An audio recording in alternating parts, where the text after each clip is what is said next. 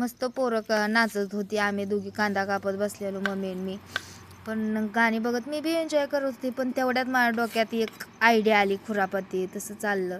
मग तेवढ्यात मग जाऊ का नको, मग पोरांना सगळ्या बोलावलं आणि त्यांना सांगितलं आपण असा असा व्हिडिओ बनवू. कारण गाणं चाललं होतं ना, कुण्या सटवीनं जादू टोना केला.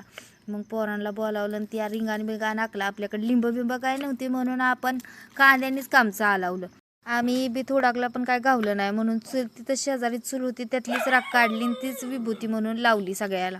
नंतर गेलता हुडकाय. त्याला म्हटलं कशाला गेलता दुसऱ्याच्या घरी, कुणी ते ऐकलं तर आपल्याला शिव्या देतेली. म्हणून त्याला म्हटलं बस आता आहे त्याच्यातच आपण ॲडजस्ट करू. म्हणून त्याला बी ती राख लावली आणि म्हटलं चला आता त्या गाण्यावर व्हिडिओ काढावी. म्हणून व्हिडिओ काढायला सुरुवात केली. आता तेवढ्यात भैया आला आणि भैया म्हणला की मला बी करायचं आहे. म्हणून मग आम्ही म्हणलं थांबा आपण मग पुढचा व्हिडिओ काढू. मग म्हणलं तवर तर आम्ही केली नाटकं, ॲक्टिंग बिक्टिंग. त्या पोरांना सांगितलं मी कसं करायचं कसं.